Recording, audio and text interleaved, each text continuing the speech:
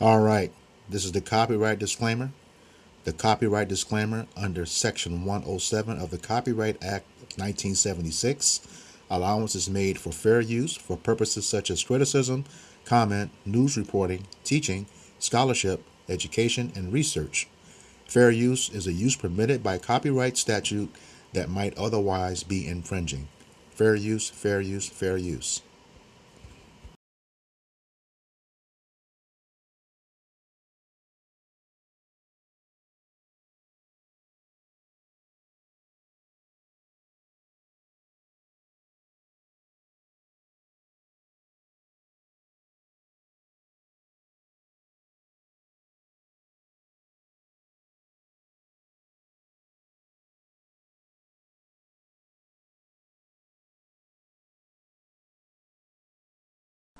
The lynching of Michael Donald. Michael Donald was born in Mobile, Alabama on July 24, 1961, and was the youngest of 6 children. In 1981, Josephus Anderson, an African-American charged with the murder of a white policeman in Birmingham, Alabama, during an armed robbery, was tried in Mobile, where the case had been moved in a change of venue. The trial ended with a deadlock of a mixed white-black jury. At a meeting held in Mobile while the jury was still debating, members of the Unit 900 of the United Klans of America complained that Anderson was not still convicted because the jury had African-American members. Benny Jack Hayes, the second highest ranking official in the UKA, reportedly said, "If a black man can get away with killing a white man, we ought to be able to get away with killing a black man." On Friday 20th, 1981, a mistrial was declared on all 4 counts.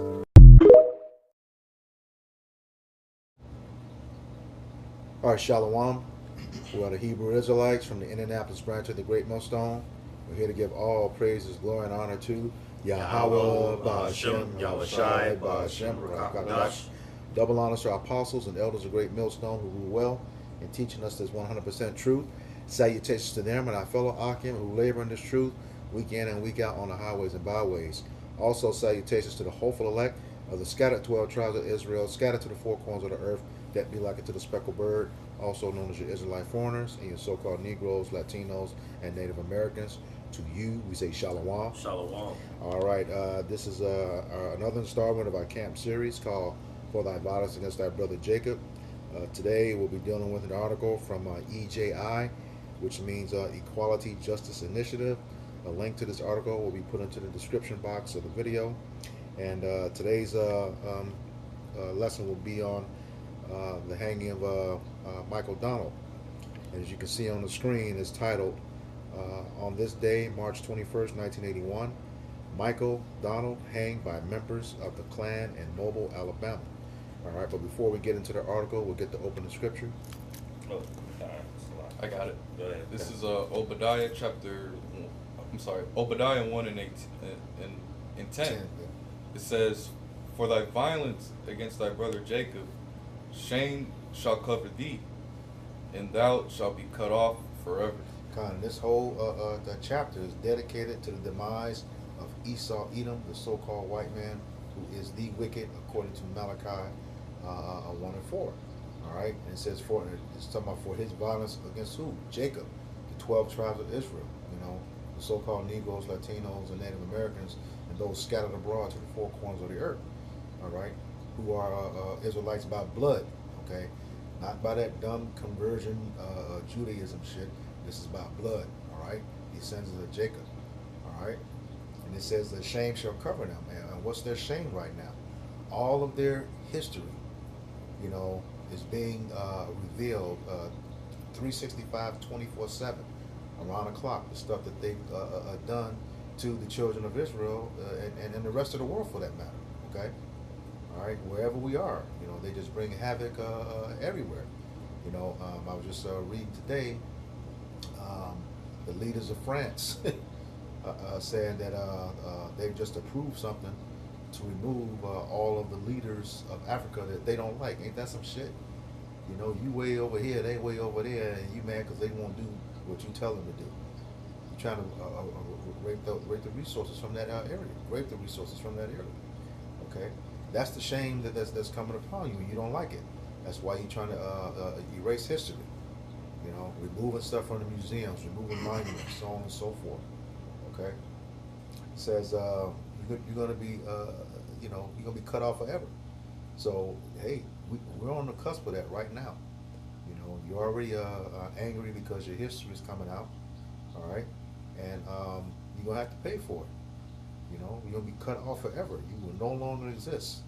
Yes, Esau, Edom will be exterminated.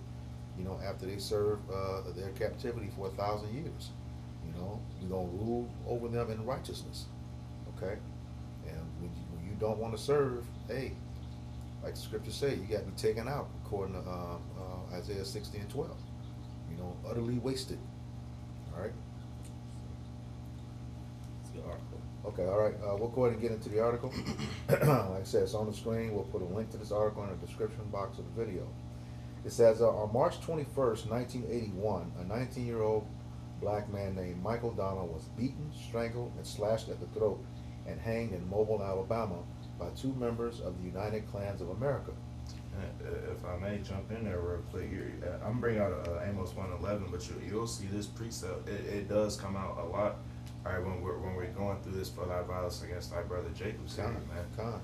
All right, so Amos 1:11 it says, "Thus saith the Lord, for 3 transgressions of Edom, and for 4 I will not turn away the punishment thereof, because he did pursue his brother with the sword, and did cast off all pity, and his anger did tear perpetually, and he kept his wrath forever."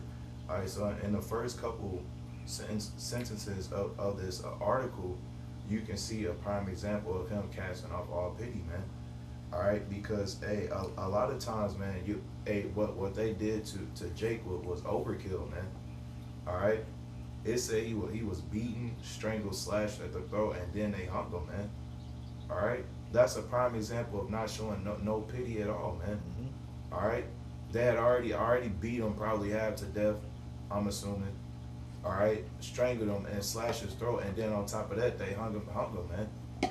All right, that's why Esau, Edom, all right, the so-called white man cannot go get away, all right, with the things that he's done, man. Mm-hmm. All right, the Lord say he's not gonna quit the wicked, man. Meaning he's not gonna free him of his charges, man. All right. Esau Edom doesn't have any pity towards the nation of Israel. That's why they can do the things that they do, man. Mm-hmm. All right, no heart at all, man. All right, and you can see his anger tear perpetually to this day, man. Yep. All right, that everlasting hatred that he has. Mm-hmm. That goes into that word pity. He cast off all pity. He had no mercy for him, man. None whatsoever. Well, when you look at other for thy violence against thy brother Jacob, when you look at some of the other documented unalivings, lynchings, they also would use the body for target practice, Mm-hmm. and then they would also mutilate. They would dismember the bodies as well. Mm-hmm. And take parts of these men's body, and they pretty much have them in glass jars. Yep. Souvenirs, send them off, postcards. Mm-hmm. Glorifying, their heinous acts. Mm-hmm. Okay, and like the brother said, they cast off no pity, but they never thought that this would actually come upon them. Yep. Yep. Like it says, Manifest Destiny definitely has a part too. That's for sure. Mm-hmm. We gonna leading that. Go ahead. Yep. No, you go ahead. There was a scripture I wanted to get. Okay. You go ahead. All right. Back to the article. It says, initially, local police wrongly attributed Mr. Donald's death to drug violence. See, that's some more BS. All right. It says, but his family insisted he had not been involved in drug activity and demanded a more thorough investigation. Tests also showed no trace of drugs in Mr. Donald's body. And that's one of those, that's also, it's a little subtle right here, but when you know Esau's pattern, he will quickly blame Jake's death on himself. Article we did last week. They wanted to blame Jake, but found out it was the culprits who did it, man. And You know, that's just the way this devil is. You know, you killed yourself. Like even now in some of the social media, I had I was into the book Without Sanctuary for years before coming into the truth. Facebook went back and covered or removed all of them with the message that we do not condone violence that involves suicide. How were those pictures suicide when he's hung and the people standing there in the picture with him? That's what they said it was. Yeah. So that there's a history of them doing the killing and then saying that we did it to ourselves. Well, most recently, what was the college? It was like they found two. Delaware, right yeah. after the Charlie Kirk mass destruction, both were in Mississippi. Yeah, and they said that was one of the claims. Yeah. Like one of them, at least one of them, like in the middle of a college, did that to himself. Yeah. And the parents and their family were saying that he had no signs of those things. Well, he had broken arms. Yeah. How you gonna hang himself with broken arms? Dave Chappelle, he had a series, a comedy series. I want to say "Killing Me Softly," or I forget the name of the series, but he made a statement about how and the '80s, around the '80s, it's like the pickup of the crack epidemic. Yep. So it was easy at this time to now blame Jake, and put drugs and different crimes on so-called Black, Hispanic, and Native American man, especially the head tribe Judah, Yeah, so-called African American. So he made this statement of how, when they would see a man, like if they came in and unalived the man, or if he ended up like dead, they was like just sprinkle some crack on him. So it was a comedy, the satire, but it was like some truth in that. They was quickly blaming drugs, and everyone at that point would just continue on. Yep. It's an open and shut case, is what they would say. Oh, he looks exactly. like he has drugs here, but then we find that in recent years and even back then that a lot of drugs have been planted on men in their cars, on their persons when they were getting checked. They were blamed, for having, drugs, and then they were seized and taken to jail. God, they show you this in this old blaxploitation film called Free the Hard Way. They had Jim Kelly, Fred Williamson, and Jim Brown. And ironically, the movie was based in Detroit, but it was dealing with the same situation that was going on in Flint, Michigan not too long ago, which on a clean day is a 30-minute drive straight down I-75 in Michigan, where in Flint, they were poisoning the water. Okay, this movie was based on the same thing in 1974. Okay, same thing, and one of the scenes was where the cop, they knew that these three were trying to, thwart that whole situation. One of the policemen, pulled him over, had him get out of his car, searched him, and then he said, get your stuff out of the car. He said, my license stuff's in my car. So he reached in to get it. Cop draws the gun. What's that in there? He tried to set me up, so he started doing karate and shit. Well, here's the thing. Cops. Well, here's the thing too. Like you had there was a point, if you go back like last 5 years, 6 years, you had like a increase of it being visually out in the open. When you had I'm not gonna remember everybody's name, but Trayvon Martin. Yep. How he was walking. These are like this story is what reminds me of things like that. Trayvon Martin. You had the one guy who was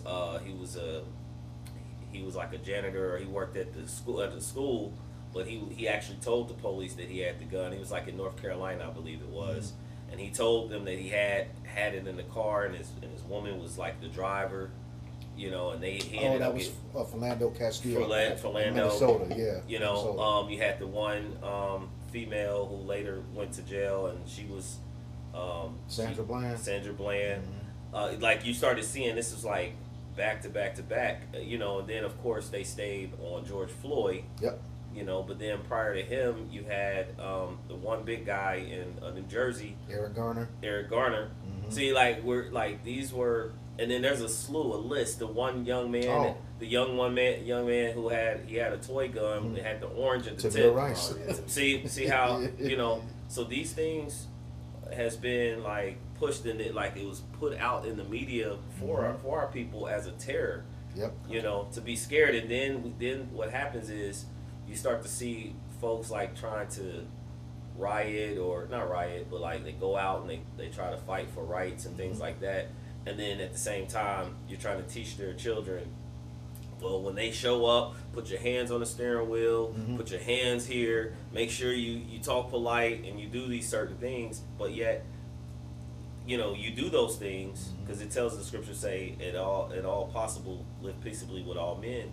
But many of our people lack the understanding that these people completely hate you. So Yeah. regardless of what you do at your job, how well you present yourself, whether it be to their standards or however, they're gonna hate you. Yeah. You know, it's only if you have Yahweh Bashim Yahweh Shai that you can skate by or get through many of these circumstances. I was gonna say in You had between something? in between Philando Castile and Eric Garner, don't forget Alton Sterling too. He was outside of the store selling CDs, Yeah. and the cops rolled up on him, and you could see one cop holding one arm down, the other cop got a knee on his other arm. Talking about he's got a gun, and stuck that gun right at his heart and shot him. Yeah. Oh, yeah. It Right was on in the spot. Baltimore. I forget Wait, exactly. okay, because there's a guy now. Freddie Gray was Baltimore. There's Baltimore where he ended up in the paddy wagon. Yep, slammed around, broke his Slammed neck and stuff. around, and then Mm-hmm. So there's like stories upon stories of Yeah. how our people have been in the hands of these devils, Mm-hmm. and in the process, we come out bad, and yet on occasion they do a wrongful lawsuit. Yep. Because it's easy to throw money at something Yep. and make it go away. Yep. But the Lord is going to still pay, you know, have vengeance. Mhm. You know, He's going to come back. Let me read this real quick. Come. James chapter 2 verse 13 says, "For he shall have judgment without mercy that have showed no mercy, and mercy rejoice against judgment." Mm. So because you have showed no mercy unto the children of Israel, there's another scripture that's coming to mind. I'll pull it, Lord willing, pull it later. You know, when the Lord returns, He's not going to have mercy upon you. Nope. This is the book of Obadiah, verse 15. It says, "For the day of the Lord is upon all the heathen." So that's not just the so-called white man. He's just the head. He's just the leader, the head, the king of Babylon, you know, of the world, you know, starting with the top elite banking families. But all the heathen are going to receive judgment, you know. And it says, "As thou hast done, it shall be done unto thee. Thy reward shall return upon thy own head." So all the things in which you've done in righteousness, the Lord is going to repay, and He's going to allow for His people to get payback as well. So that day of reckoning is actually coming. Con. Yeah. I got something to back you up on that James 2 and 13. Mm-hmm. This is book of Psalms 109, beginning of verse 12. It says, "Let there be none to extend mercy unto him, neither let there be any favor to his fatherless children." Okay? So that just goes to show, you know, the Lord does not only deal with the individual, He deals with the nation or the generations. All right? It goes on to say, verse 13, "Let his posterity be cut off." And that's like reiterating that, because the word posterity means from the progenitor of a nation to the furthest descendant of that same nation. It's talking about Esau, Edom.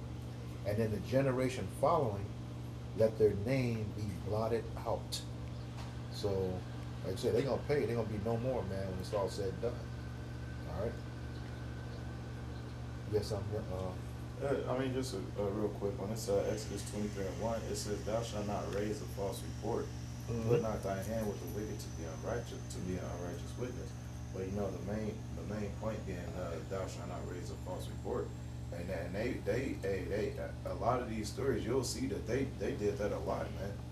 all right, to try to cover up the wickedness that they done, man. Mm-hmm. All right, like in this story, they try to make it seem like the guy was it was all done about drugs, but we know that wasn't the case, man.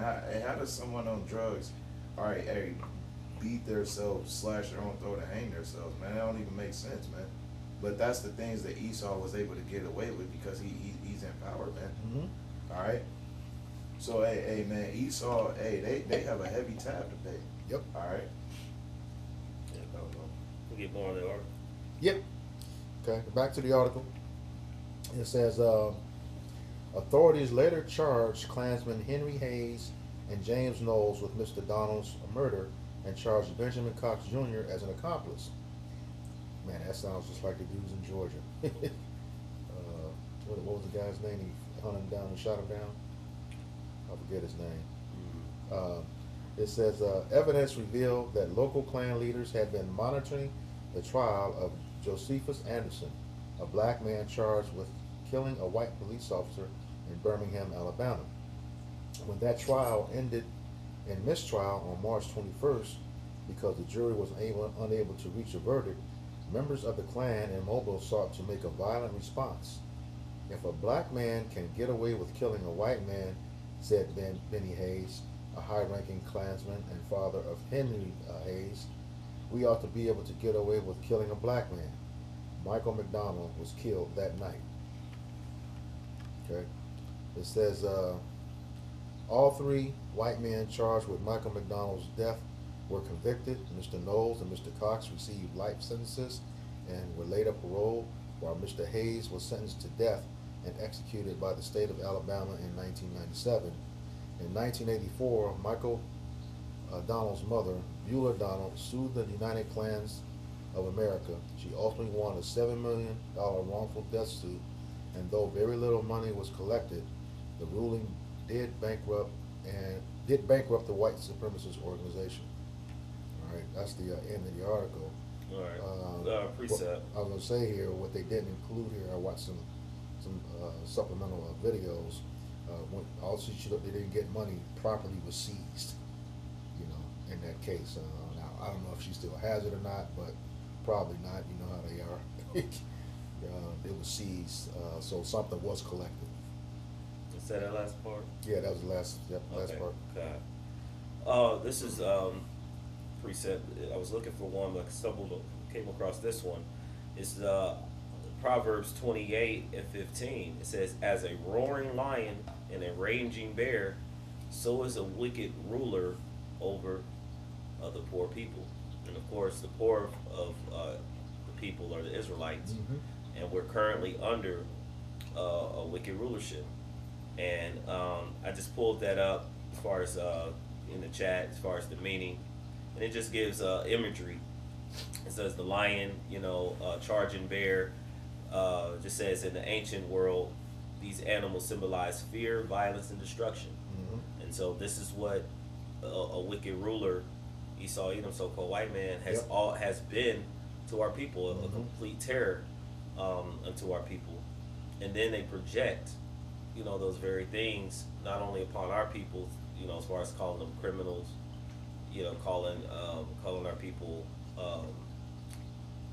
sexual deviants, all those things in which they push. Then you have, then they talk about the other nations of how they're. You heard Trump recently, not to go too far, how he spoke about the leaders of Iran. Yeah. Then you would see that these are the very same things in which they actually are doing when you go back into, their own homeland. Yeah. How they're not able to, the Epstein files and things of that nature. But it says a wicked ruler, a corrupt and unjust leader, someone who abuses power, acts selfishly, and rules without moral restraint. So if you look, moral restraint, this is completely this people in today's time, the Lord speaking of. Yep. It says helpless, okay? This is the poor people, those with little power or protection in society. They are the ones who suffer most when leadership is unjust. So, if we're looking at today's time, who's suffering the most? As far as all the things that actually happen in the earth, the so-called blacks, Hispanics, and Native Indians, The 12 tribes of Israel, they're the ones that's suffering Yep. the most, and they're the ones that are in need when it comes down for salvation. Mm-hmm. This is why the Lord, it tells us in Luke 1, that we may serve Him without fear. That He's going to save us. Roughly paraphrasing. All right. You had something? Yeah, this is Sirach or Ecclesiasticus, chapter 13. Okay, we're going to end it. Okay. Chapter 13 and verse 3. It says, the rich man hath done wrong, and yet he threateneth withal. The poor is wrong, and he must entreat also. So what that's saying is, when the rich man could do stuff, he can get away with it, okay, with impunity, and make you look bad for it. Later on in this book, I think it's chapter 23 and 15, says, he that is accustomed to opprobrious words can never be reformed, okay? And opprobrious means to bring shame and disgrace, okay?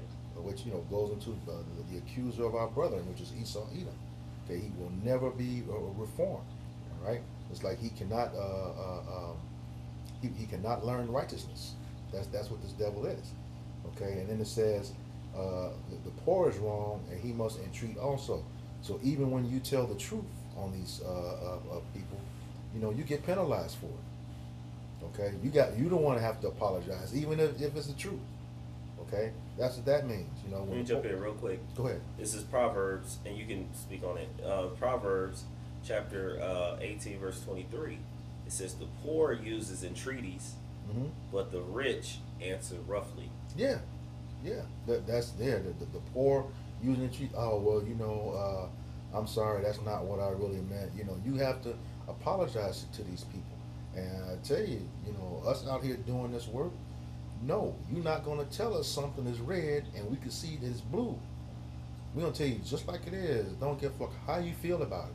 This is the truth about you. And everybody's starting to see it now for them own selves, even though they still to see that truth about you, but have a problem seeing the truth that we are the true people of the Bible, the true Israelites.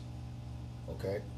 Which is going to cause a problem for you, because in that same book of Ecclesiastes, it says what it says: when a rich man speaks, everybody holds him up. Holds it Extol it to the clouds. Yeah, extol it to the clouds. Yeah, but when a poor man speaks, they look down on him.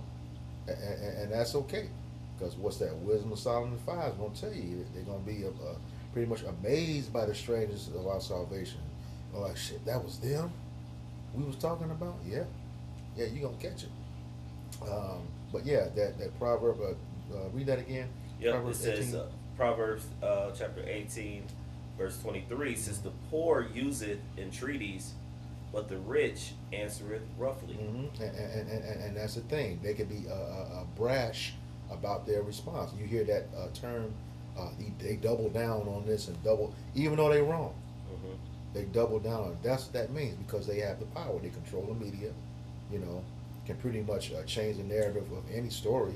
One example is where they were speaking of the Epstein files, and I want to say it's Christy, but I forget the lady. The one that just got fired, Could have been. Christy Nome, Could have been, but Look then like, I'm also thinking of the blind. I always mix. Pam Bondi. Yeah, it was somebody who was they were questioning her. Christy Nome looks like the character from Saw, with the cheeks. Yeah.